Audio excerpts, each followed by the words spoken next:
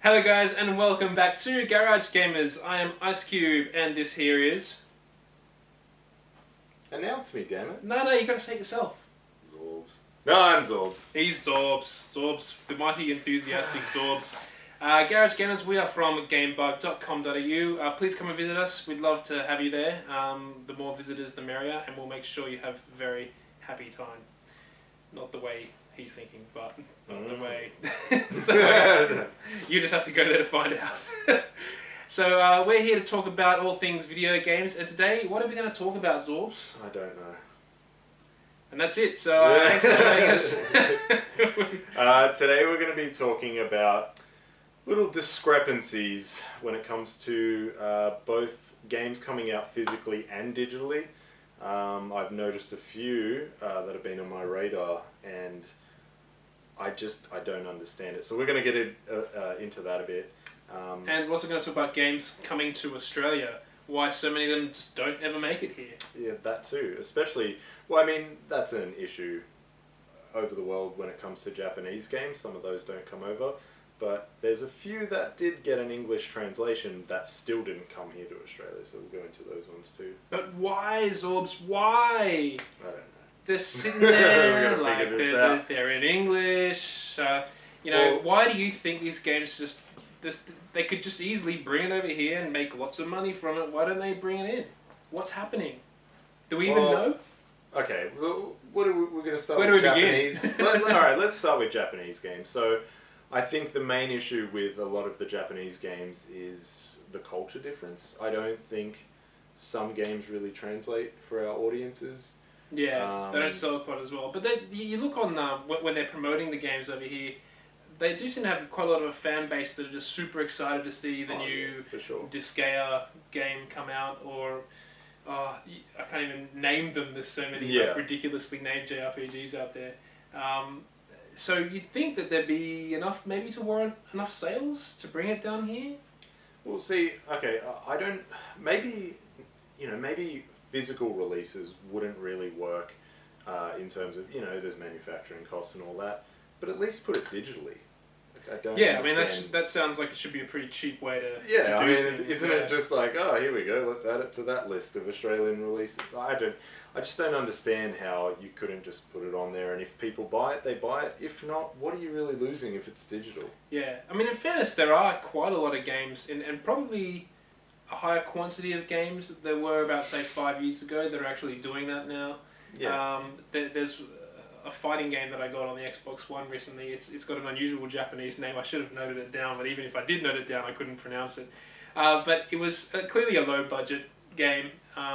Onichimbara? No, but actually but even it was actually a fighting game that was of a similar nature. But yeah, it's clearly not a retail thing. I would buy it retail because I thought it was kind of cool regardless of its low budget. But that's just me. But that's a whole different subject entirely. But the point is that they're still doing this. They are still bringing it out. It's just there's still a surprisingly high volume of games that just aren't making it here. Dead or Alive Volleyball Extreme 3. That's one of them. Yeah, but that's a whole. That's a whole nother subject thing in itself. That should be our next video. But let's say, for example, Fire Emblem Fates. That's the new one. Fire Emblem Fates, Revelations, all that. Yeah. The 3 games. Well, they're coming out, aren't they? Yeah, that's coming out here. But they've taken out some features, and the reason they've taken out this feature. So the feature is you can stroke the face of, I guess, someone in your party, and it like cheers them up or something. It's a face-touching mini-game. Okay. And the reasoning they took it out is because they said it doesn't really make sense to Western audiences, which it doesn't, I don't get it. But in Japan, that makes sense, so they kept it in. So I can understand things like that. I'm starting to get it now, though. Yeah. I'm feeling better all of a sudden. Yes. So it's very awkward when you're now level 2. We do it. Yeah. So that makes sense. Like, I can understand that. But then there's games where you just think, why didn't that come out here? And I don't get it. Well, that's a banning thing, I guess. They've done that to many games. They've just taken out bits of games. Is that what we're talking about in this one? We're talking about that one? Well, I was just saying, like, you know, there's some of those reasons where you can understand if you're banning this, you're banning that. But then there's just those games that just don't come out here, and they have, you know, a fan base. They have people wanting them, and they just don't come out here. And you're thinking, why? Why not? With Japanese games, like, I'm a big fan of Japanese games. At least I kind of like to think so, because I like all of the anime culture. I'm a big fan of that sort of thing. I just find that, like, I'm not a huge JRPG fan. I just find that they're a little bit tedious, personally. Sometimes I kind of like them, but majority of them, and there's a lot of them, I don't like. They're a bit samey. And I find like Japan used to do a big variety of different games. They used to do every type of game. Yeah, but now if you go to Japanese game stores in Japan, it's just a onslaught of JRPGs. 16,000 different ones. Yeah, like so, it's like they're just buried in this world of JRPG, and obviously, you know, it's popular over there. It's a good format, a successful, popular format, and it's not the only thing they do, but percentage-wise, it's just ridiculous. Yeah. And maybe that is clearly a culture thing, and they just don't believe that it will translate very well over here. Only the big name ones like Final Fantasy will make some sales down here. And there's some fairness to that, but I mean, you know, I still feel like there's a lot of ones that they could be adding to that palette. They just, I don't know, is it too risky for people to spend money distributing down here? Do you think that could be part of it? Well, in regards to a JRPG, I think the main reason would be you basically, especially if it's got, you know, it's fully voice acted. Now you have to pay people to fully voice act in English. Then you also have to translate, and that seems like a tedious task in itself. So if there's not really a big amount of people that are going to buy this game, why would they bother? Yeah. So I mean, that I can understand. But, I mean, if it was something like, if it was only text or only voice work, fair enough. It would be easier. But when you're talking about a 100-hour JRPG, multiple branching paths, like different characters, like, it sounds like a lot of work just to... Yeah, and things get lost. But if anything's that big and like of a decent quality, they do tend to bring those ones down. Like, yeah, but that's I think it has to be a certain quality, maybe. Yeah. I think there's a lot. The majority of the JRPGs that we're thinking of, it's just really those ones where you've got a drawing of one character that appears on the left and a drawing of another character that appears on the right, and then there's all this dialogue text, which you get the X button, skip. Yeah. It's just a lot of get on with the game, please. Yeah, I just. The thing which surprises me, I mean, it's probably just a culture thing, but I just don't understand the appeal of doing that same thing over and over. I mean, fair enough, if they genuinely like it over there, that's how can you argue that? But I mean, do they all like it over there? Well, there's the market for it, but you know, each to their own. Yeah. Well, what about the, you know, American or European ones? Well, that's the main thing that I want to talk about is. So you've got Japanese, you can understand they've got to pay for, you know, basically translating, doing all the voice work, all that sort of stuff. But then there's those games that come out in America, come out in Europe, and don't come here. There's a couple of times where a game has come out in Europe and not gone to America, which blows my mind. I thought they got everything. Yeah. One in particular that I've been looking forward to play is Oxenfree on the Xbox One. So it's a little indie game, but apparently it's, you know, been reviewed well by everyone over in stateside. And so, you know, release date was coming up, everyone had been hyping it, and I was looking forward to it. Got home the day of the release. You know, obviously we're a day into the future, we're from the future. So say, for example, it was like February 1st of there, it was probably 2nd year. So, you know, the correct day, I went and checked, nothing. I was like, okay. Yeah. Alright, fair enough. I went on to coming soon. It's not in there. I'm like, okay, maybe wait for an update on the Xbox Live service. They updated the coming soon section. Still not in there. Yeah. It's been over like a month. It is strange. I mean, I would suspect that to get your game placed on the PlayStation Network or Xbox Live Arcades, it's almost like paying for retail space to get your game out there. So, I mean, there's got to be money involved there, surely. I mean, maybe those rates they don't feel like are worth paying because they don't think they'll get enough downloads to make that quota.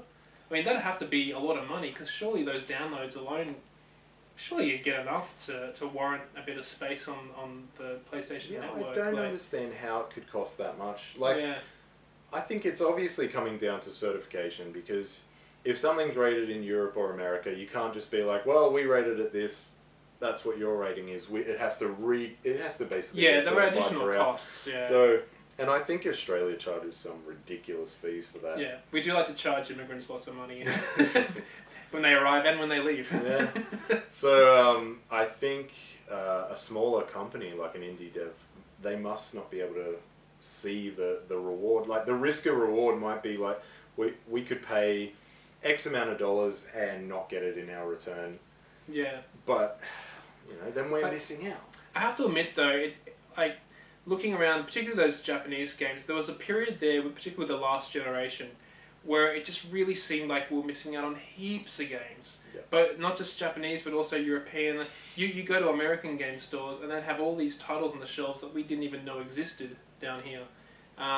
So it's not just different languages that's the barrier. It's kind of surprising. But ultimately, what I think I'm getting at is that I'm just finding that they're actually treating us with a little bit more respect these days. We're not there on an even platform yet with Europe and America. But I think comparatively to what it was before, I've noticed that a lot of games that I would have presumed used to have not made it down here are starting to actually turn up at our shores. we're Give or take some definitely getting, exceptions. yeah. I mean, we're getting better, but we're still the afterthought. It's like, oh, it's Australia. Yeah. Yeah, I guess the 'Cause way we're not Europe technically. We're not Europe technically, and people don't think of us as an Asian country. Yeah, and So we don't we're have just the like- population as well. We don't have this massive population of the United States. We don't have Europe as a whole. Like they can distribute it through. Well, actually, England. Say for example, England, Germany, and all. They have their own rating boards and stuff. Yeah. So they would still have to re-certify it in every country. Yeah, but they've So I got don't. But again, with a higher population, yeah. more sales, more downloads. It's probably a safer bet for them. I just don't see a huge risk. I mean, even if it's the worst game ever, surely it'd still get enough downloads of curious people. Yeah. Because those downloads just go off, don't they? I mean, And for example, Oxenfree, that's getting good reviews. So why isn't it? Where is it? Xbox. Where is it? Xbox. it's a good question. Maybe it's Microsoft. maybe it's Everyone just involved. it might be the simplest answer of all: laziness. It might just be complete laziness. We'll never know. We'll never know unless someone comes out and says Oxenfree is coming out and blah blah blah. You can't find that. Yeah, and I would go, like when I went to E3 several times, I'd play a lot of the smaller games that say, I don't know, Konami or something was showcasing, and I'd go, oh cool, like I love this game, when's it coming out in Australia? And they'd be like, oh, we're not releasing it in Australia. It's like, why? Yeah, Why? yeah. Why? I'm here, I'm enjoying it, I'm playing it. Yeah. I've heard that also that rumours from distributors that sometimes, sorry, not from distributors, but from like places like EB Games and stuff, they don't order in like large quantities of certain games they don't feel will sell particularly well. Yeah. And some of those games are legitimately great games. Because Like Gravity Rush Remastered, they sold out in the first day.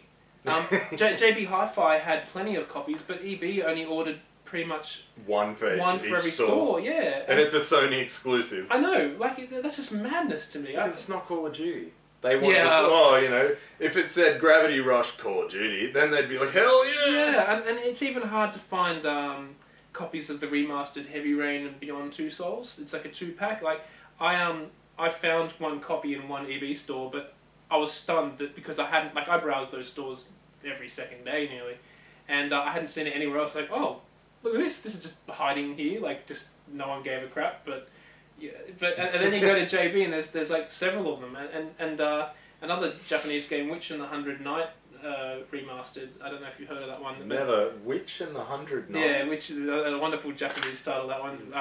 But I actually had a bit of a fondness for it on the PS3. This is like kind of remastered or kind of complete edition for the PS4. Never heard of it. There's lots of titles just like that one out there. But yeah, that just arrived on the PS4. It got a retail release. It's sitting on the shelf, but almost invisible. Another thing that bothers me in regards to that, so that got a release, you just can't find it. What about Migsy found Devil May Cry 4 Remastered as a physical release over in the Philippines? We don't have it here in Australia. Did we not get it? No.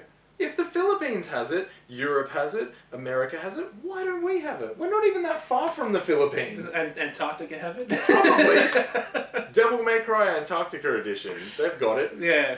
Why don't we have... I would buy that. Hell I want a froze over. physical release of that. We don't have it. Yeah, well, that is a weird one. It You're doesn't definitely make sure it sense. didn't arrive here, though. No, it didn't. Yeah, right. And it doesn't make sense because we got remastered Resident Evil. They're both Capcom. Why one and not the other? I don't get that. Yeah, I mean, personally, I would buy Resident Evil over Devil May Cry I would 4. too, but imagine it was like Devil May Cry 1, 2, 3, and 4, then you would hope that they... Yeah. Well, actually, they brought out the collection of 1, 2, and 3, the trilogy, here. Yeah. Why give us the trilogy and then not the next iteration? I mean, you can get it digitally. I think it's because the trilogy was the previous generation. Because the trilogy was on PS3 and Xbox 360. Games too. Yeah, they were, but they also came from the PS2 era and Xbox. Oh no, sorry, just the PS2 era. PS2, yeah. Yeah. Whereas Devil May Cry 4 was from the same era, so that's why they probably didn't do that. But I mean, they released it digitally here. But why not physical? And you can do it physical over. I don't know. Oh, it's a cost thing. It's Maybe all cost, but it's just judgment calls from high above. I think. Like, I don't know. Some of it's madness. Some of it. I mean, maybe they don't. You have to look at the sales figures. You have to see these sales reports and then just get a really good insight. And the problem is there is no universal sales reports for everything. Yeah. Only a lot of speculation and hearsay. If you go to a particular developer, you can get their sales reports, and then you just go to another developer, you can probably get their sales reports, and then you can, if anyone's got the time, they can accumulate all that and get some pretty interesting data. But sure as hell, I don't have the time for that, and I don't think many other people have the time for that either. So. But you'd think they wouldn't be losing money because it's a remaster. How much effort and time and money did they put into remastering an old game? Like, yeah, well, maybe it's the distribution costs, but then if you're talking digital, it doesn't make much sense. Well, we have digital, but I'm saying like for a physical release, basically you're just making the covers for it. You're not really paying any extra for the game. You're enhancing it a bit, but the enhancements wouldn't be that much. No, to make the game... The cost of a physical one, if you sell it for $30, I can't see how they wouldn't get their money. Well, maybe back. the sales aren't as good as we think they are. I mean, they do have... The distribution cost would be pretty high. They've got to transport all the shipments and everything across the country. So. And that's another problem. Yeah, and they've got to manufacture everything, and they've got to go through approval processes. They've got to pay people to do the work for them. So, yeah, there's certainly an element of cost there. But like you said, it's not going to be that expensive to make the game because it's already made. They're just touching it up, really, giving you some makeup, and so. I don't know, maybe the budget's a little closer than we realise, but you'd think that with a lot of these games and the popularity of games in general these days, that it should easily make up that cost. You made up a good point where you said that companies like EB Games won't make a massive order. One thing I want to know is it the company saying, hey, we'd like to physically release this in your country, and then the big retailers are saying, we don't want that? Could that be a case, or is it just the distributors saying no, we don't even bother? Back when it was a bigger problem, I did ask this question a lot actually, and I spoke to EB people and distributors as well. I think it's because I really wanted to play Blades of Time. It was a Konami game, an action game, and I still stand by this game. I love it to death. It was fantastic, and I'll stand by it. But before it came out to release, Konami told me. Like, I was pimping it like crazy in the media. And Konami told me they're not going to release it in Australia. And I nearly, I almost yelled at them. I was like, are you mad? Are you crazy? And they're like, and they were blaming the shops, like EB and JB, because they weren't ordering enough copies of the game because they didn't think it would sell. Well, there you go. But when you ask EB and JB, they were blaming the distributors because they were asking too much of a cost for the game. I don't understand what cost exactly they're referring to, but it sounds like a lot of those smaller games were maybe asking a bit, like they weren't bringing their prices down to what they wanted or what they felt was so you worth. couldn't make a generous markup. Obviously to make money for your own business. Yeah, and EB still does that today. Like with titles they don't deem Call of Duty worthy, and they literally don't bother bringing them in. They just say, well, if you want that game, you have to order it specifically. And I just feel like it's a little bit disappointing. I mean, obviously it's a business decision. They've got to make business decisions, But at the same time, like a lot of these copies that could have sold to people who would have loved the game would never even know it existed because they never got copies that made the shelf time. Yeah. So it's kind of sad. I mean, if Blades of Time did make the shelves eventually, but several months after they'd When the hype's all died down. Yeah, and, like maybe Konami caved in and they just said, all right, we'll bring the prices down. It's already 3 months old anyway. And then that gives them the excuse of like, well, no one bought it. It's like, because the hype was gone. That's right. Yeah, absolutely right. So, should we cap off with that? well, actually, I was going to say to everyone out there, whatever country you're living in, watching this, have a look at the games that weren't released in your country, and you'd actually be surprised. There's quite a few that you've probably never heard of, never seen, and there's probably actually a few good ones in there. I think that the easiest way to realise that is when you go overseas to another country and see which ones they did get. Like when I went to America, I was like, "What is this? It's like a gold mine over here." Yeah. It's like, what? Well, I've always wanted to go to Japan because I just think I'll just go nuts and be like, "What are all these games?" Yeah, and it's like a treasure trove of JRPGs over there. Well, I'm talking about even older systems. I want more like action Super games, Nintendo Japan. and Give me stuff. some more action games, like usual anime characters, but make them action games or something. I love those ones. We don't get enough of those. Anyway, thank you so much for joining us. It's been a good discussion. I hope you enjoyed it as well. We'll cap off right now. This is Zorbz, and I'm Icecube. Please, if you like this video, hit like and subscribe. We'd love to give you some more interesting chatter, and feel free to comment in the sections below. Any other games that annoyed you that didn't make it down here, or any other games that you think, well, we missed a lot of games. Or even you can make, if you come from another country, you can make fun of us for a game that you love that we don't have, so that we can bitch about it in a further episode. This game called Super Mario Brothers that never made it down here. Super Mario 2! We never got the original! Actually, we didn't, did we? No. Yeah, We got the Super Mario Brothers turnip 2. one. Super Mario Brothers 2 we missed out on. But anyway, thank you so much again, and yes, we will see you hopefully for the next Garage Gamers. Bye-bye. Bye!